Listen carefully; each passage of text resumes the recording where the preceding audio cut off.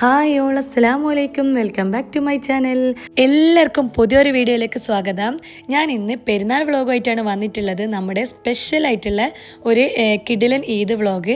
അതിൽ മെയിനായിട്ട് ഞാൻ ഹൈദരാബാദി ചിക്കൻ ബിരിയാണിയാണ് ഉണ്ടാക്കിയിട്ടുള്ളത്. ബെസ്റ്റ് എന്ന് വെച്ചാൽ അത്രയും ബെസ്റ്റാണ് കേട്ടോ, എല്ലാവർക്കും ഇഷ്ടപ്പെട്ടിട്ടുണ്ട്. പിന്നെ മക്കൾസ് മെഹന്തി ഇടലും അങ്ങനെ കുറച്ച് കാര്യങ്ങളിലും അതെല്ലാം വീഡിയോയിൽ ഡീറ്റെയിൽ ആയിട്ട് കാണിച്ചിട്ടുണ്ട്.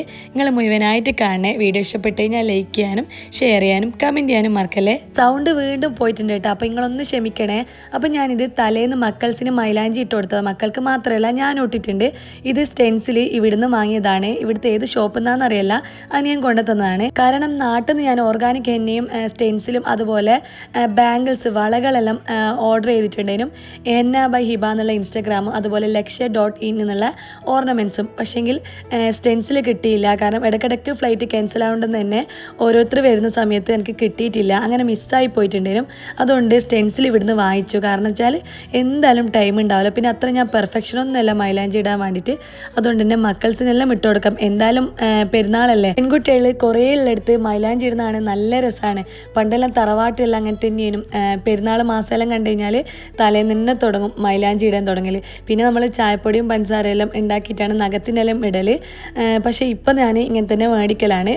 ഓർഗാനിക് എണ്ണ ആയതുകൊണ്ട് കുഴപ്പമൊന്നുമില്ല. ഇത് ഫ്രിഡ്ജിൽ വെച്ചിട്ട് സൂക്ഷിക്കലല്ല. അപ്പം നമ്മൾ ഇടുന്ന സമയത്ത് ഒരു മണിക്കൂർ മുന്നേ നമ്മളെടുത്ത് പുറത്ത് വെച്ചിട്ട് ഇട്ടിട്ട് പിന്നെയും അവിടെ വെക്കും, കെമിക്കലൊന്നും ആഡ് ചെയ്യാത്തതല്ല. അങ്ങനെ ഞാൻ മക്കൾസിനെല്ലാം ഇട്ട് കൊടുക്കുന്നുണ്ട്. എന്നെ ഹെൽപ്പ് ചെയ്യാൻ ഹസ്ബൻഡും ഉണ്ട് കേട്ടോ. ഞാൻ എൻ്റെ അടുത്തേ കൈക്ക് 2 മണിക്കാണ് ഇട്ടത്, അതുകൊണ്ട് ചോക്കൊന്നും അറിയില്ല. ഒരാൾക്ക് ഞാൻ ഇട്ട് കൊടുക്കുന്ന സമയത്ത് മറ്റേ ആൾക്ക് നഖത്തിനെല്ലാം ഇട്ട് കൊടുക്കുന്നുണ്ട്. പിന്നെ അത് കഴിഞ്ഞിട്ട് പിറ്റേന്ന് രാവിലെ 4:30-5 മണിക്ക് അങ്ങനെ നമ്മൾ നിസ്കരിക്കാൻ വേണ്ടിയിട്ട് പോയിട്ടുണ്ട്. ഇവിടെ പള്ളീൻ്റെ പുറത്ത് നിസ്കരിക്കാനൊന്നും ഇപ്പോൾ പറ്റൂല കേട്ടോ, ഈദ്ഗാഹൊന്നും ഇല്ല. കാരണം ഇവിടുത്തെ സാഹചര്യം അങ്ങനെയാണല്ലോ, അതുകൊണ്ട് തന്നെ നേരത്തെ പോയിട്ടുണ്ട്. കാരണം തിരക്കാണെങ്കിൽ നമ്മൾ തിരിച്ചു പോരേണ്ടി വരും. നമ്മൾ ആദ്യം പ്ലാൻ ചെയ്തത് അജ്മാനിലെ ഷെയ്ഖ് സായിദ് പള്ളിയിൽ പോകാനും, പക്ഷേ പറ്റിയില്ല. കാരണം നന്നായിട്ട് ട്രാഫിക് ബ്ലോക്കും കാര്യങ്ങളിലുണ്ട്.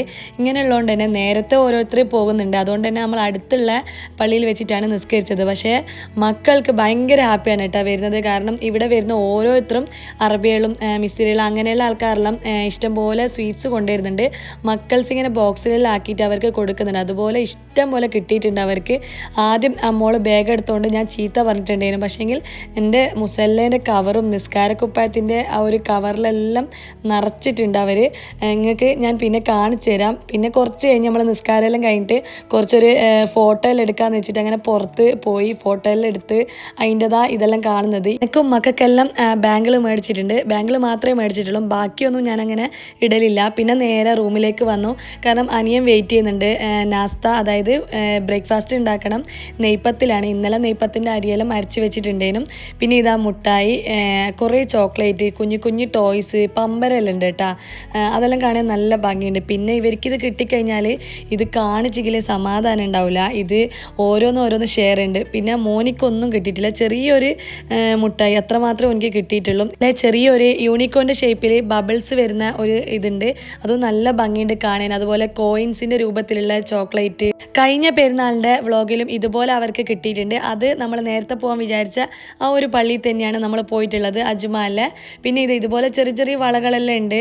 ഇതിങ്ങനെ കാണാൻ നല്ല രസമുണ്ട് കേട്ടോ. ഞാനും ഹസ്ബൻഡും എല്ലാം കൂടി ഇങ്ങനെ നോക്കുന്നുണ്ട് എന്തെല്ലാം കിട്ടിയെന്നുള്ളത്. നമ്മളും അവരെ പോലെ തന്നെ ഇങ്ങനെ ആകാംക്ഷയിൽ ഇങ്ങനെ നോക്കുന്നുണ്ട്.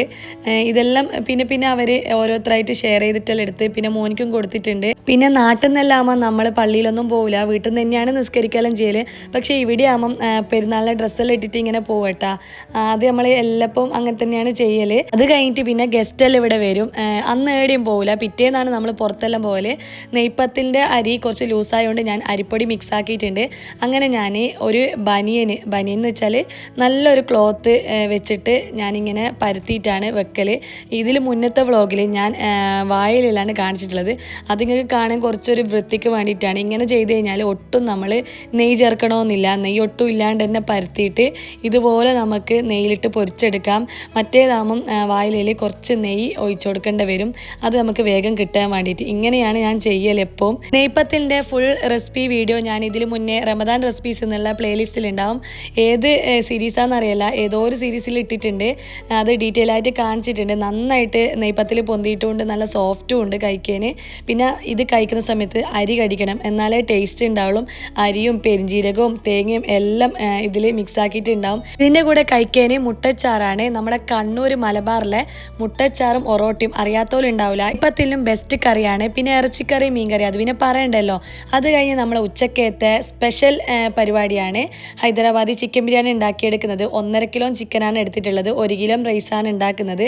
അതിന് വേണ്ടിയിട്ട് ഒരു 10 ഉള്ളി, അത് ചെറുതായോണ്ടാണ്, മീഡിയം സൈസ് ആണെങ്കിൽ 8 എണ്ണം മതി. ഇത് നമ്മൾ പൊരിച്ചെടുക്കണം, ഫ്രൈ ചെയ്തിട്ടാണ് നമ്മൾ ഇതിൽ ഉപയോഗിക്കുന്നത്. അതുകൊണ്ട് തന്നെ ഈ ഒരു നോൺ സ്റ്റിക്കിൻ്റെ പാത്രം വെച്ചിട്ടുണ്ട്, ഇതിലേക്ക് ഓയിൽ ഒഴിച്ചിട്ട് ഞാനിത് പൊരിച്ചെടുക്കുന്നുണ്ട്. കരിഞ്ഞു പോരുത് കേട്ടോ, അതുകൊണ്ട് തന്നെ തീ മീഡിയം ഫ്ലെയിമിലാക്കി വെച്ചാൽ മതി. നമ്മൾ അടുത്ത് തന്നെ വേണം, അല്ലെങ്കിൽ ഇത് കരിഞ്ഞു പോകും. ഇടയ്ക്കൊന്ന് ഇളക്കി കൊടുക്കണം. പിന്നെ ഞാൻ ആദ്യം തന്നെ ഇൻഗ്രീഡിയൻസ് എല്ലാം ഡീറ്റെയിൽ ആയിട്ട് കാണിക്കലുണ്ട്, പക്ഷെങ്കിൽ അത് സമയമില്ലാത്തതുകൊണ്ട് പറ്റിയിട്ടില്ല. അതുകൊണ്ട് ഞാൻ ഡിസ്ക്രിപ്ഷൻ ബോക്സിൽ ഇടാം, അത് നിങ്ങൾ നോക്കിയാൽ മതി. പിന്നെ ഞാൻ ചിക്കനിൽ മസാല എല്ലാം പെരക്കി കൊടുക്കുന്നുണ്ട്. ഒരു 2.5 ടേബിൾ സ്പൂണ് മുളകിൻ്റെ പൊടിയാണ് ഞാൻ ഇട്ട് കൊടുക്കുന്നത്. ഇത് 2 മുളക് മിക്സ് ആക്കിയതാണ്, എരിവുള്ളതും എരിവില്ലാത്തതും. പിരിമുളക് എന്ന് പറയില്ല, പിരിയം മുളകും നോർമൽ മുളകും ഒരുപോലെ എടുത്തിട്ട് മിക്സ് ആക്കി എടുത്തതാണ്. 1 ടീസ്പൂൺ മഞ്ഞൾപ്പൊടി ഇട്ട് കൊടുത്തിട്ടുണ്ട്. അടുത്തതായിട്ട് ഒരു 2 ടേബിൾ സ്പൂൺ മല്ലിപ്പൊടി. ഇത് നല്ല വറുത്ത മല്ലിപ്പൊടിയാണ്, നാട്ടിൽ നിന്ന് കൊണ്ടുവന്നതാണ്. ഇതിന് മുന്നേ ഞാൻ കാണിച്ചിട്ടുണ്ട് ഈ സാധനങ്ങളെല്ലാം കൊണ്ടുവന്നതും ആ വീഡിയോ എല്ലാം. പിന്നെ ഒരു 1.5 ടേബിൾ സ്പൂൺ ഇഞ്ചി, വെളുത്തുള്ളി, പിന്നെ ഒരു 4 പച്ചമുളകും കൂടി ഇതിൽ മിക്സ് ആക്കിയിട്ടുണ്ട്. ഇത് ഞാൻ പേസ്റ്റാക്കി എടുത്തതാണ്. അടുത്തതായിട്ട് ഇതിലേക്ക് ഇട്ട് കൊടുക്കുന്നത് തൈരാണ്, പുളിയില്ലാത്ത തൈര് 1.5 കപ്പ് ഇട്ട് കൊടുത്തിട്ടുണ്ട്. കാരണം 1.5 കിലോ ചിക്കൻ ഉണ്ട്, അതുകൊണ്ട് തന്നെ 1.5 കപ്പ് ഇട്ട് കൊടുത്തിട്ടുണ്ട്. പിന്നെ ഇട്ട് കൊടുത്തിട്ടുള്ളത് ഉപ്പാണ്, 1.5 ടേബിൾ സ്പൂൺ കറക്റ്റ് അളന്നിട്ടാണ്, പിന്നെ കൂട്ടിയിട്ടൊന്നും ഇട്ട് കൊടുത്തിട്ടില്ല. അതുപോലെ തന്നെ ഒരു 1/2 കപ്പ് മല്ലിയില മുറിച്ചിട്ടതും പിന്നെ 1/2 കപ്പ് തന്നെ പുതിനയിലയും കൂടി ഇട്ട് കൊടുത്തിട്ടുണ്ട്. അത് കുറച്ച് കൂടിയാലൊന്നും കുഴപ്പമില്ല, 3/4 കപ്പെല്ലാം നമുക്ക് ഇട്ട് കൊടുക്കാം, അത് കുഴപ്പമൊന്നുമില്ല. പിന്നെ ഞാൻ പൊരിച്ച് വെച്ച ഉള്ളീൻ്റെ 3/4 ഭാഗത്തോളം ഇതിലേക്ക് ഇട്ട് കൊടുക്കുന്നുണ്ട്. ഹൈദരാബാദി ബിരിയാണീൻ്റെ മെയിൻ ഘടകമാണ് ഈ ഉള്ളി പൊരിച്ചത്. ഇത് നമ്മൾ ഇട്ട് കൊടുക്കുമ്പോൾ തന്നെ ഇതിൻ്റെ ടേസ്റ്റും എല്ലാം മാറിക്കിട്ടും. ഇനി ഇതിലേക്ക് ഞാൻ ഒരു 2 ടേബിൾ സ്പൂൺ RKG, അതായത് പശു നെയ്യ് ഇട്ട് കൊടുക്കുന്നുണ്ട്. അതേ അളവ് തന്നെ സൺഫ്ലവർ ഓയിലും ഇട്ട് കൊടുക്കുന്നുണ്ട്, 2 ടേബിൾ സ്പൂണ്. പിന്നെ നന്നായിട്ട് നമ്മൾ മിക്സാക്കി യോജിപ്പിക്കണം. ഇനി ലാസ്റ്റായിട്ട് ഞാൻ ചെറുനാരങ്ങ, ഇവിടുത്തെ വലിയതാണ്, ഇത് ഞാൻ അരമുറി പിഴിഞ്ഞു കൊടുക്കുന്നുണ്ട്. നാട്ടിലത്തെ ചെറിയ ചെറുനാരങ്ങയാണെങ്കിൽ 2 എണ്ണം എടുത്തിട്ട് പിഴിഞ്ഞു കൊടുത്താൽ മതി. എന്നിട്ട് നന്നായിട്ട് മിക്സ് ആക്കണം. എൻ്റെ ഡ്രസ്സിലെല്ലാം ആവുമെന്നൊരു പേടിയുണ്ട്, കാരണം നേരെ പള്ളിയിൽ നിന്ന് വന്ന് അടുക്കളയിലേക്ക് കയറിയതാണ്. ഞാൻ എപ്പോൾ അങ്ങനെ തന്നെയാണ്, പിന്നെ ഡ്രസ്സൊന്നും മാറ്റിയിട്ടൊന്നുമില്ല. അതുകൊണ്ട് തന്നെ പിന്നെ എനിക്കൊരു ചെറിയൊരു പേടിയുണ്ട്, അതുകൊണ്ട് നിർത്തിയിട്ടാണ് ഞാൻ ഉണ്ടാക്കുന്നത്. കണ്ട ഇതുപോലെ മസാല നല്ലോണം പെരങ്ങിയിട്ടുണ്ട്. പിന്നെ നമ്മൾ ഇതിലേക്ക് വേറെ ഒന്നും ഇട്ട് കൊടുക്കുന്നില്ല കേട്ടോ, ഇങ്ങനെ തന്നെ നമ്മൾ ആക്കിയെടുക്കുന്നതാണ്. ഇത് നമ്മൾ 1 മണിക്കൂർ റെസ്റ്റ് ചെയ്യാൻ വെക്കുന്നുണ്ട് ഞാൻ, എന്നാലാണ് അതിൽ കൂടുതൽ ടേസ്റ്റ് കിട്ടുക. പറ്റുമെങ്കിൽ ഞാൻ തലേന്ന് തന്നെ ചെയ്തു വെക്കുന്നു, പക്ഷേ പറ്റിയിട്ടില്ല. അത് തലേന്ന് ചെയ്തു വെക്കുമ്പോൾ എനിക്ക് വീഡിയോ എടുക്കാനൊന്നും പറ്റൂല, അതുകൊണ്ട് അപ്പണിക്ക് നിന്നിട്ടില്ല. അങ്ങനെ അതവിടെ മാറ്റി വെച്ചിട്ട് ഇനി ബസ്മതി അരി കുതിർത്ത് വെക്കണം. ഞാൻ ഇവിടുന്ന് വാങ്ങുന്ന ബസ്മതി അരി പ്രൈഡ് ഓഫ് ഇന്ത്യ എന്നുള്ള ബസ്മതി അരിയാണ്. നാട്ടിൽ നിന്നാണെങ്കിൽ ഇന്ത്യ ഗേറ്റ് ആണ് മേടിക്കൽ. ഇത് ഞാനൊരു 4 കപ്പാണ് എടുക്കുന്നത്. 4 കപ്പ് എന്ന് വെച്ചാൽ 1 കിലോ. ഈ ഒരു അരി 2 കിലോ ഉണ്ട്, 1 കിലോനെ വേണ്ടുള്ളൂ. കാരണം കുറേ ആൾ വരുന്നുണ്ടെങ്കിലും ഏട്ടൻ്റെ വൈഫ് ബിരിയാണി വെച്ച് കൊണ്ടുവരുന്നുണ്ട്, മീൻ ബിരിയാണി. അതുകൊണ്ട് തന്നെ 2 കിലോനും 1 കിലോനും കറക്റ്റ് 3 കിലോ നല്ലോണം ഉണ്ടാവും. ആൾക്കാർക്ക് 2-2 കഴിക്കുന്നതുകൊണ്ട് കുഴപ്പമില്ല. ഫാമിലി ഉള്ളതുകൊണ്ടാണ് അങ്ങനെ വിചാരിച്ചത്, അല്ലെങ്കിൽ ഞാൻ 3 കിലോന് മാക്സിമം ആ ഒരു പാത്രം എൻ്റെ കയ്യിലുള്ളൂ. അതിലപ്പുറം ഉണ്ടാക്കുമ്പം പിന്നെയും കൂടുതൽ റിസ്ക് ആവും, കുറേ ഇങ്ങനെ മാറ്റി മാറ്റി വെക്കേണ്ടി വരും. ഞാൻ ആദ്യമെല്ലാം ഷാർജയിലെ വില്യയിലുള്ള സമയത്ത് 20-25 ആൾക്കാരെല്ലാം ഉണ്ടാവും. ആ ഒരു ടൈമിനെല്ലാം വലിയ പാത്രം ഉണ്ടാവും. ഒരു 10 വർഷം അവിടെയാണ് ഉണ്ടായിട്ടുള്ളത്. അപ്പം ഞാൻ അങ്ങനെയാണ് ചെയ്യൽ. മാത്രമല്ല കുറേ പ്ലാൻ ഉണ്ടായിരുന്നു, പുഡിങ് ഉണ്ടാക്കണം, ബക്ലാവ ഉണ്ടാക്കണം, അതിനുള്ള സാധനങ്ങളെല്ലാം മേടിച്ചിട്ടുണ്ടായിരുന്നു. പക്ഷേങ്കിൽ ടൈമില്ല, റിസ്ക് എടുക്കണ്ടെന്ന് വിചാരിച്ചു. കാരണം നമ്മൾ പുറത്തെല്ലാം പോയിട്ട് കുറച്ച് ലേറ്റായി. അങ്ങനെ 1/2 മണിക്കൂറായിട്ടുണ്ട്. ബസ്മതി അരി കുതിർന്നിട്ടുണ്ട്. ഞാൻ നേരത്തെ 3 പ്രാവശ്യം കഴുകി വെച്ചിട്ടുണ്ട്, എന്നിട്ടാണ് കുതിർത്ത് വെച്ചത് കേട്ടോ. കുതിർത്ത് വെച്ചിട്ട് കഴുകി വെച്ച് കഴിഞ്ഞാൽ പൊട്ടിപ്പോവും, അതുകൊണ്ട് അങ്ങനെ ചെയ്യരുത്. ഇനി ഇതിലുള്ള വെള്ളം ഒന്ന് അരിച്ചളന്നുണ്ട്, കഴുകുന്നില്ല കേട്ടാ. ആ ഒരു ടൈം കൊണ്ട് നോൺ സ്റ്റിക്കിന് ഈ ഒരു പാത്രം വെച്ചിട്ടുണ്ട്. ഇതിൽ 2.5 കിലോ ചോറ് നന്നായിട്ട് വെക്കാൻ പറ്റും. ഇതിലേക്ക് നേരത്തെ പെരക്കി വെച്ച ചിക്കന് ഇതിലേക്ക് ഇട്ട് കൊടുക്കുന്നുണ്ട്. ആദ്യം ഇട്ട് കൊടുക്കുമ്പോൾ നെയ്യൊന്നും ഒഴിക്കുന്നില്ല, ഓയിലൊന്നും ഒഴിക്കുന്നില്ല. കാരണം ഓൾറെഡി ഇതിൽ ഓയിലും RKGയും എല്ലാം ഇട്ടിട്ടുണ്ട്. അതുകൊണ്ട് വെള്ളവും ഒഴിക്കുന്നില്ല. തീ കുറച്ചിട്ട് ഒരു 10 മിനിറ്റ് ഞാൻ സ്ലോ കുക്ക് ചെയ്യുന്നുണ്ട്. ശരിക്കും പറഞ്ഞാൽ ചിക്കൻ ചുക്ക ഉണ്ടാക്കും പോലെയാണ് എനിക്ക് തോന്നുന്നത്. ചിക്കൻ ചുക്കയും ആവോലി ബിരിയാണിയും ഇതിൽ മുന്നേ ഇട്ടിട്ടുണ്ട് കേട്ടോ. കാണാത്തവരുണ്ട്, മസ്റ്റായിട്ട് കാണണേ. 1 മിനിറ്റ് കഴിഞ്ഞിട്ട് ഞാനൊന്ന് തുറന്നു നോക്കുന്നുണ്ട്. അപ്പം നിങ്ങൾക്ക് കാണാൻ പറ്റും, നല്ല ഗ്രേവി പോലെ ഉണ്ട്. ഒട്ടും വെള്ളമൊന്നും ഒഴിച്ചിട്ടേ ഇല്ല, അതാണ് പ്രത്യേകിച്ചിട്ടുള്ളത്. ഇടയ്ക്ക് ഇങ്ങനെ ഇളക്കി കൊടുക്കണം, അല്ലെങ്കിൽ അടിയിൽ പിടിക്കും കേട്ടോ. ശരിക്കും ഹൈദരാബാദി ബിരിയാണി ചോറും റൈസും ഒരുമിച്ചിട്ടിട്ടിട്ട് ഒരു 60 മിനിറ്റ് സ്ലോ കുക്ക് ചെയ്യലാണ്. ആ ഒരു ടൈമിൽ നമുക്ക് മനസ്സിലാവില്ല ചിക്കൻ വേവോ ഇല്ലയോ എന്ന്. അതുകൊണ്ട് തന്നെ ഒരു 60% ചിക്കനും 60% തന്നെ ചോറും ഞാൻ വേവിച്ചെടുക്കുന്നുണ്ട്. എന്നിട്ട് ഞാൻ രണ്ടും കൂടി ഒരുമിച്ചിട്ട് മിക്സാക്കി എടുക്കുന്നതാണ്. ഇനി ചെറിയൊരു അടുപ്പുമേൽ ഞാൻ ചിക്കൻ വെച്ചിട്ടുണ്ട്. ഇപ്പുറത്തെ അടുപ്പുമേൽ ചോറിനുള്ള ചെമ്പും വെച്ചിട്ടുണ്ട്. ഈ ഒരു പാത്രത്തിൽ തിളച്ച വെള്ളം കെറ്റിൽ തിളപ്പിച്ചിട്ട് ഒഴിച്ചു കൊടുക്കുന്നതാണ്. ഇത് തിളപ്പിച്ചിട്ട് ഒഴിച്ചു കൊടുക്കണമെന്നൊന്നും ഇല്ല കേട്ടോ. പിന്നെ വെറുതെ ടൈം നോക്കണ്ടല്ലോ എന്ന് വെച്ചിട്ട് തിളപ്പിച്ച് ഒഴിച്ചു കൊടുത്തതാണ്. ഇനി ആവശ്യത്തിന് ഉപ്പ് ഇളക്കാൻ വിട്ടുപോയിട്ടുണ്ട്. ചോറിനെല്ലാം ഇട്ട് കൊടുക്കുന്നതിൻ്റെ തൊട്ട് കുറച്ചങ്ങ് ഇട്ട് കൊടുത്താൽ മതി. ഇനി ഇതിലേക്ക് ഓൾ സ്പൈസസ് ഇട്ട് കൊടുത്തിട്ടുണ്ട്. ഏലക്കായ്, ഗ്രാമ്പൂ, പട്ട, പിന്നെ ഗ്രാമ്പൂവിൻ്റെ ഇലയും കൂടി ഇട്ട് കൊടുത്തിട്ടുണ്ട്. ഇത് റൈസിന് കുറച്ചും കൂടി ഒരു ഫ്ലേവർ കിട്ടാൻ വേണ്ടിയിട്ടാണ്. ഇതിലേക്ക് 1 ടീസ്പൂൺ സൺഫ്ലവർ ഓയിലും കൂടി ഒഴിച്ചു കൊടുത്തിട്ടുണ്ട്. അത് ചോറ് ഒട്ടിപ്പിടിക്കാണ്ടിരിക്കാൻ വേണ്ടിയിട്ടാണ്. ഫ്രൈഡ് റൈസ് എല്ലാം ചെയ്തെടുക്കുമ്പോൾ തന്നെയാണ് അരി ഇട്ട് കൊടുക്കേണ്ടത്. പിന്നെ ഇത് മൂടി വെക്കണമെന്നൊന്നും ഇല്ല, ഇതിങ്ങനെ തന്നെ വെച്ചാൽ മതി. ആ ഒരു ടൈം കൊണ്ട് ഞാൻ ചിക്കനെ ഒന്നും കൂടി ഒന്ന് തിരിച്ചിട്ട് കൊടുക്കുന്നുണ്ട്. വീണ്ടും ആ ഗ്രേവി വറ്റിപ്പോയിട്ടൊന്നുമില്ല, നല്ല രീതിയിൽ കിട്ടിയിട്ടുണ്ട്. ഇതുപോലെ പിന്നെ ബിരിയാണിയാണ് ഞാൻ എപ്പോഴും വെക്കൽ. അധികവും നിങ്ങൾ കണ്ടിട്ടുണ്ടാവും, ഞാൻ എല്ലാ ബിരിയാണി റെസിപ്പീസും വെച്ചിട്ടുണ്ട്. അതുകൊണ്ട് തന്നെ ഒന്ന് മാറ്റിപ്പിടിക്കാമെന്ന് വെച്ചതാണ്. ഇതിൽ മുന്നത്തെ നോമ്പ് തുറയിൽ ഞാൻ കപ്സ ഉണ്ടാക്കിയിട്ടുണ്ട്. ആ റെസിപ്പിയും കാണാത്തവരുണ്ട്, ഒന്ന് കണ്ടുനോക്കട്ടെ, അടിപൊളിയാണ്. അങ്ങനെ നമ്മളെ റൈസ് 60% വെന്തിട്ടുണ്ട്. ഇത് വേഗം വെന്ത് കിട്ടും കേട്ടോ. നമ്മൾ കുതിർത്ത് വെച്ചോണ്ട് തന്നെ ഇത് വെച്ചിട്ട് വേറെ എവിടെയും പോകുന്നും ചെയ്യില്ല. കാരണം ഇത് വെന്ത് പോയി കഴിഞ്ഞാൽ കഴിഞ്ഞു. അതുകൊണ്ട് വേവാതിരിക്കാൻ പ്രത്യേകം ശ്രദ്ധിക്കണം. അങ്ങനെ ചോറ് അരിപ്പയിലേക്ക് ഒഴിച്ചു കൊടുത്തിട്ടുണ്ട്. ചോറ് ദമ്മിടാൻ വേണ്ടിയിട്ട് ഞാൻ കളറ് എടുക്കുന്നുണ്ട്. ഒരു കുറച്ച് പാലിൽ ഒരു 1/4 ടീസ്പൂണിലേക്കാട്ട് കുറച്ചും കൂടി മഞ്ഞളും അതേ അളവ് തന്നെ പാലിൽ 1/4 ടീസ്പൂണിലേക്ക് കുറച്ചും കൂടി മുളകും ഇട്ട് കൊടുത്തിട്ടുണ്ട്. ഫുഡ് കളറിങ്ങൾ എടുത്തിട്ടുണ്ടെങ്കിൽ അത് ഇട്ടാൽ മതി കേട്ടോ. എൻ്റെ അടുത്ത് ഫുഡ് കളർ ഇല്ലാത്തതുകൊണ്ടാണ്. പിന്നെ പ്രത്യേകിച്ച് ഞാൻ അങ്ങനെ ഫുഡ് കളർ ഉപയോഗിക്കലേ ഇല്ല. നമുക്ക് മന്തിക്കും ഇങ്ങനെയുള്ള റൈസിനെല്ലാം മഞ്ഞയും ചുവപ്പെല്ലാം കളർ കാണും. അതിങ്ങനെ നാച്ചുറലായിട്ട് ആക്കി കൊടുത്താൽ നല്ലതല്ലേ. വെറുതെ ഫുഡ് കളർ വേണ്ടാലോ. ഞാൻ അങ്ങനെ ഉപയോഗിക്കാത്തതുകൊണ്ടാണ് പറഞ്ഞത്. പിന്നെ മഞ്ഞളിന് പകരം കുറച്ച് പാലില് സാഫ്രോണ്, കുങ്കുമപ്പൂവ് ആഡ് ചെയ്ത് കഴിഞ്ഞാൽ നല്ലതാണ്. പ്രത്യേകിച്ചിട്ട് ഹൈദരാബാദി ബിരിയാണിയിൽ. പിന്നെ അത് മാത്രമല്ല, റോസ് വാട്ടറും കൂടി ഉണ്ടെങ്കിൽ നിങ്ങൾ ചെയ്ത് കൊടുത്താൽ മതി. ഇതെല്ലാം ഇതിൻ്റെ മെയിൻ ഘടകമാണ്. ഇല്ലാത്തതുകൊണ്ട് ഞാനിതൊന്നും ചെയ്തിട്ടില്ല. ഞാൻ വീണ്ടും നമ്മുടെ ചിക്കന് നോക്കുന്നുണ്ട്. ചിക്കനെല്ലാം വെന്തിട്ടുണ്ട് കേട്ടോ. അപ്പം ഈ ഒരു അളവ് തന്നെ കിട്ടിയാൽ മതി. ചിക്കൻ 60% വെന്തടിയേ ചെയ്യരുത്. അത് നിങ്ങൾ പ്രത്യേകം ശ്രദ്ധിക്കണം. ബാക്കി നമുക്ക് ദമ്മിടുമ്പോൾ അങ്ങ് റെഡി ആയിക്കോളും. ഇനി ഉണ്ടാക്കി വെച്ച ചോറ് ഇത് ഇങ്ങനെ ഇട്ട് കൊടുക്കുന്നുണ്ട്. ഇതിൽ ഗ്രേവി ഉള്ളതുകൊണ്ട് തന്നെ റൈസ് ഇതിൽ നിന്ന് അങ്ങ് വെന്തോളും. അതുകൊണ്ട് തീ കുറച്ച് വെച്ചിട്ട് തന്നെ ആക്കിയെടുത്താൽ മതി. ഇപ്പം ചെയ്യുന്നത് നമ്മൾ തലശ്ശേരി ദം ബിരിയാണി എല്ലാം ദമ്മിടുമ്പോൾ തന്നെയാണ് ചെയ്യുന്നത്. പക്ഷെങ്കിൽ അത് ഉണ്ടാക്കിയെടുത്തിട്ട് ഒരു ആകെ ഞാൻ 5 മിനിറ്റ് തീ കുറച്ചിട്ടേ വെക്കുന്നുള്ളൂ. പക്ഷേ ഇതങ്ങനെയല്ല. ഇത് 60% വെന്തിട്ടുള്ളൂ. ബാക്കി ഇതിൽ നിന്ന് ആയി കിട്ടണം. പക്ഷേ ദമ്മിടൽ പ്രോസസ്സ് സെയിം ആണ്. ബ്രൗൺ കളറാക്കിയ ഉള്ളിയും മല്ലിയിലയും കുറച്ച് ഗരം മസാലയും മിക്സാക്കി എടുത്തതാണത്. പിന്നെ കളറും ആഡ് ചെയ്യുന്നുണ്ട്. കളർ നിങ്ങൾക്ക് ഇപ്പം കണ്ടാൽ മനസ്സിലാവില്ല. ലാസ്റ്റ് അത് എടുക്കുന്ന ടൈമിന് ആ ഒരു കളർ തന്നെ കിട്ടിയിട്ടുണ്ടാവും. പിന്നെ ഞാൻ എൻ്റെതായ രീതിയിലാണ് മുളക് പൊടിയെല്ലാം ആഡ് ചെയ്തത്. നിങ്ങളേത്ത് ഫുഡ് കളർ ഉണ്ട്, അങ്ങനെ ചെയ്താൽ മതി കേട്ടോ. ഇനി ലാസ്റ്റ് ഇതിലേക്ക് 6 kg പശു നെയ്യും കൂടി ഇട്ട് കൊടുക്കുന്നുണ്ട്. നമ്മൾ ദം ബിരിയാണിയിൽ ഇങ്ങനെ തന്നെയാണ് ചെയ്യൽ. എന്നിട്ട് നമ്മൾ വീണ്ടും ഇതിൻ്റെ മുകളിൽ റൈസ് ഇട്ട് കൊടുക്കുന്നുണ്ട്. എന്നിട്ട് നമ്മൾ നന്നായിട്ട് എയർ ടൈറ്റ് ആയിട്ട് മൂടി വെക്കണം. ഒട്ടും ആവി പുറത്ത് പോകരുത്. അതാണ് ഇതിൻ്റെ മെയിൻ. അതുപോലെ നമ്മൾ ജീരകശാല അരി എടുക്കുമ്പോൾ തന്നെ ഇതെടുക്കണമെന്നില്ല കേട്ടോ. അത് 2 കിലോ എടുക്കുന്നതിന് പകരം ഇത് 1 കിലോന് എടുത്താൽ തന്നെ നന്നായിട്ട് റൈസ് ഉണ്ടാവും.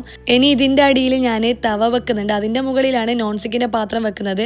കാരണം തീ കുറച്ചിട്ട് എല്ലായിടത്തും തീ എത്തണം, അല്ലെങ്കിൽ അടിയിൽ പിടിച്ച് കരിഞ്ഞു പോവും.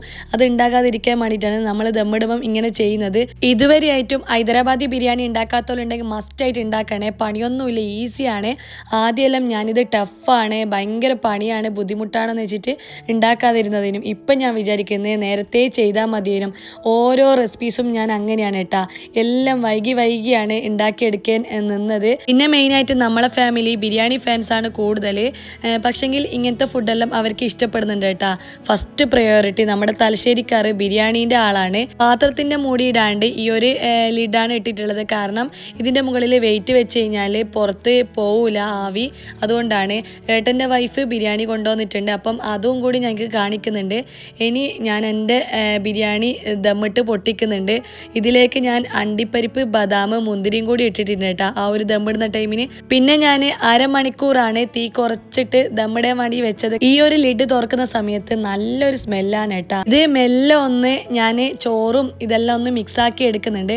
ഇങ്ങനെ തിരിച്ചിട്ട് കൊടുക്കുന്ന ടൈമിന് അരി പൊട്ടിപ്പോവണ്ടെന്ന് വെച്ചിട്ട് ഏട്ടൻ്റെ വൈഫ് ഇങ്ങനെ ഷെയ്ക്കാക്കി കൊടുക്കുന്നുണ്ട്. അത് നമ്മൾ ഫ്രൈഡ് റൈസ് എല്ലാം അങ്ങനെ തന്നെയാണ് കേട്ടോ, നല്ല റൈസ് പൊട്ടിപ്പോവും. അതുകൊണ്ട് നമ്മൾ ഇങ്ങനെ ഷെയ്ക്കാക്കി കൊടുത്താൽ മതി, അപ്പോൾ എല്ലാം കൂടി മിക്സാക്കി എടുക്കാൻ പറ്റും. പിന്നെ ഞാനിത് ഡിസ്പോസിബിൾ പ്ലേറ്റിലാണ് ഇട്ട് കൊടുക്കുന്നത്. ഇത് നോമ്പ് തുറക്ക് വാങ്ങിയതിനും അപ്പോൾ ആവശ്യം വന്നിട്ടില്ല, ഇപ്പാണ് ഉപകാരപ്പെട്ടത്. അപ്പോൾ 2 റൈസും കൂടിയിട്ട് പ്ലേറ്റിലോട്ടേക്ക് സെർവ് ചെയ്യുന്നുണ്ട്. എല്ലാവരും വന്നിട്ടുണ്ട്. നിങ്ങൾക്ക് ഈ ചോറ് ഇടുന്ന ടൈമിന് തന്നെ മനസ്സിലാവും ഇതിൻ്റെ കറക്റ്റ് അളവ്. അങ്ങനെ നമ്മൾ ഹൈദരാബാദി ചിക്കൻ ബിരിയാണി ഇവിടെ റെഡി ആയിട്ടുണ്ട്. അപ്പോൾ ഞാൻ ടേബിളിൽ സെറ്റ് ചെയ്തിട്ടുണ്ട്. ആ ഒരു ടൈമിൽ തന്നെ ഏട്ടൻ്റെ വൈഫ് ബീട്രൂട്ട് അച്ചാറും സലാഡും കൊണ്ടുവന്നിട്ടുണ്ടേനും. പിന്നെ നമ്മൾ സ്ഥിരമായിട്ട് എടുക്കുന്ന ഈസ്റ്റേൻ്റെ കടുമാങ്ങ അച്ചാറും എടുത്തിട്ടുണ്ട്. ഇതാ മസാലയാണ്, മീൻ മസാലയാണ്. അങ്ങനെ അവർ ആണുങ്ങളെല്ലാം ഭക്ഷണം കഴിക്കുന്നുണ്ട്. എല്ലാവർക്കും നന്നായിട്ട് ഇഷ്ടപ്പെട്ടിട്ടുണ്ട് 2 ബിരിയാണിയും. അപ്പം ഈ ഒരു ബിരിയാണി മസ്റ്റായിട്ട് ട്രൈ ചെയ്യുക നിങ്ങൾ. മീൻ ബിരിയാണി, ചിക്കൻ ബിരിയാണി, ചെമ്മീൻ ബിരിയാണി, അതുപോലെ എഗ്ഗ് ബിരിയാണി, എല്ലാ റെസിപ്പീസും ഉച്ചയൂണ് റെസിപ്പീസ് എന്നുള്ള പ്ലേലിസ്റ്റിലുണ്ട് കേട്ടോ. മസ്റ്റായിട്ട് നിങ്ങൾ അതിൽ നോക്കിയാൽ മതി. പിന്നെ വിട്ടുപോയിട്ടുണ്ട്, ഇതിൻ്റെ കൂടെ ഞാൻ സേമിയ പായസം ഉണ്ടാക്കിയിട്ടുണ്ട്. പെട്ടെന്ന് ഉണ്ടാക്കിയെടുത്തതാണ്. അവർ ചോറ് കഴിച്ച് കയ്യെ നോക്കുമ്പോൾ വെച്ചുകൊടുത്തതായിരുന്നു, അതുകൊണ്ട് വിട്ടുപോയതാണ്. ഇത് ഫുള്ളായിട്ട് വേഗം തീർന്നിട്ടുണ്ട്, എല്ലാവർക്കും ഇഷ്ടപ്പെട്ടിട്ടുണ്ട്. ഈ ഒരു ബീട്രൂട്ട് അച്ചാറ് നമ്മളെ നാട്ടിലെ മംഗലപ്പുര, അതായത് കല്യാണ വീട്ടിൽ സ്ഥിരമായിട്ട് ഉണ്ടാകുന്നതാണ്.